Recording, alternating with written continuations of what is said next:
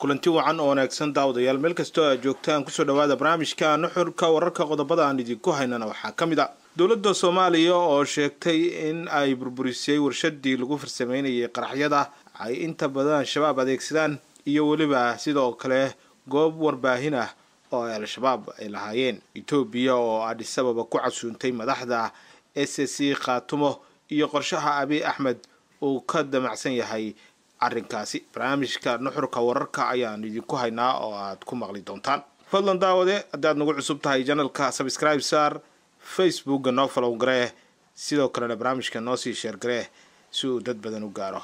mahadsanid aan ku bilownay wararka ka imaanaya gobolka Galgaduud ayaa sheegaya in saaka aroortii hore howlgal dhanka cirka oo ay qaadeen saaxiibada Soomaaliya ka caawiya dhinaca dagaalka lagula jiro al-shabaab oo gobolkaasi ka dhacay halkaasi oo ay ku sugnaayeen xubno ka tirsan al-shabaab howlgalkan oo ay iska kaashadeen ciidamada xoogga dalka iyo saaxiibada caalamiga ah ee dhinaca Soomaaliya ka taageera dagaalka al-shabaab waxaa lagu soo waramayaa in khasaare lixaad lagu gaarsiiyay al-shabaab wasiir ku-xigeenka wasaaradda warfaafinta Soomaaliya Cabdiraxmaan Yuusuf Al-Cadaala oo qoraal kooban soo saaray ayaa ka warbixiyay in howlgalkaasi uu ahaa howlgal lagu guuleystay lana beegsaday goob ay ku sugnaayeen al-shabaab laguna dilay xubno ka tirsan ururkaasi sidoo kale waxa uu tilmaamay in howlgalka lagu burburiyay warshad lagu farsameyn jiray qaraxyada oo ay lahayd kooxda al-shabaab iyo waliba xarun idaacadeed oo halkaasi iyadana la dhigay oo taalay howlgalka ayaa waxa uu ka dhacay ayuu yiri deegaanka Galhareeri waxaana uu ahaa howlgal barakaysan halkaasi waxaa ku sugnaa xubno kala duwan oo ka tirsan al-shabaab iyo waliba warshad lagu sameeyo waxyaabaha qarxa waa sida uu hadalku dhigay wasiir ku-xigeenka wasaaradda warfaafinta Soomaaliya oo bartiisa Facebook soo dhigay qoraal oo arrintaasi kaga hadlayo sidoo kale qoraal ka soo baxay barta taliska ciidanka xoogga dalka ayaa lagu xaqiijiyay in weerarkaasi lagu dilay ugu yaraan 25 ka tirsan al-shabaab xubnaha la dilay ayaa waxa ay isugu jiraan wariyaal horjoogayaal iyo waliba maleeshiyaad ka tirsan kooxda sida lagu sheegay warka qoraalka ah ee ka soo baxay ciidamada xoogga dalka dhanka kale ma jiro wax hadal ah oo ka soo baxay dhinaca al-shabaab oo lagu xaqiijinayo in howlgalkaasi sidaas u dhacay maalmihii ugu dambeeyay ayaa waxaa gobolada dhexe ka socday guluf culus oo ay iska kaashanayaan ciidamada dawladda iyo kuwa deegaanka iyo waliba saaxiibada caalamiga ah ee Soomaaliya ka taageera dhinaca howlgalada ciidamada qodobkaasi halkaas ayaan kaga tageynaa hase ahaatee imankana aan eegno dhinacaasi SSC Khaatumo sida ay ogaatay warbaahinta dawladda Itoobiya ayaa casuumaad u dirtay madaxda maamulka ku meel gaarka SSC Khaatumo kuwaasi oo ra'iisul wasaaraha dalkaas Itoobiya Abiy Ahmed Cali uu ka dalbaday inay yimaadaan magaalada Addis Ababa ee xarunta dalkaasi Itoobiya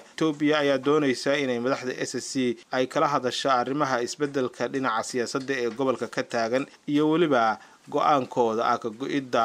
Somaliland iyo arrimo kale oo ku saabsan damaceeda dhinaca badda ee Soomaaliya dhanka kale SSC Khaatumo ayaa xaqiijisay in casuumaadaasi ay soo gaartay ilaa iyo haddana aysan ka jawaabin inay tagayaan magaalada Addis Ababa iyo in kale madaxda SSC Khaatumo qaarkood oo la hadlay warbaahinta ayaa waxay sheegayaan in ay doonayaan inaysan xilligan aysan dhexda ka gelin xiisada kacsan ee ka taagan Soomaaliya iyo Itoobiya ka dhex taagan gaar ahaan arrinta badda oo ah arrin xasaasi ah maadaama iyagana ay yihiin maamul curdun ah Itoobiya ayaa waxay doonaysaa in ay saameyn ay ku yeelato arrimaha gudaha ee Soomaaliya waxayna casuumaado ay u kala dirtay madaxda SSC Khaatumo si loo arko ama loo ogaado inay dhagar siyaasadeed ay ka dhigayso gudaha Soomaaliya iyadoo sidoo kale xogo kalena ay sheegayaan in madaxda dawlad goboleedyada qaar ka mid ah ay si hoose ay ula kulmeen ciidamada sirdoonka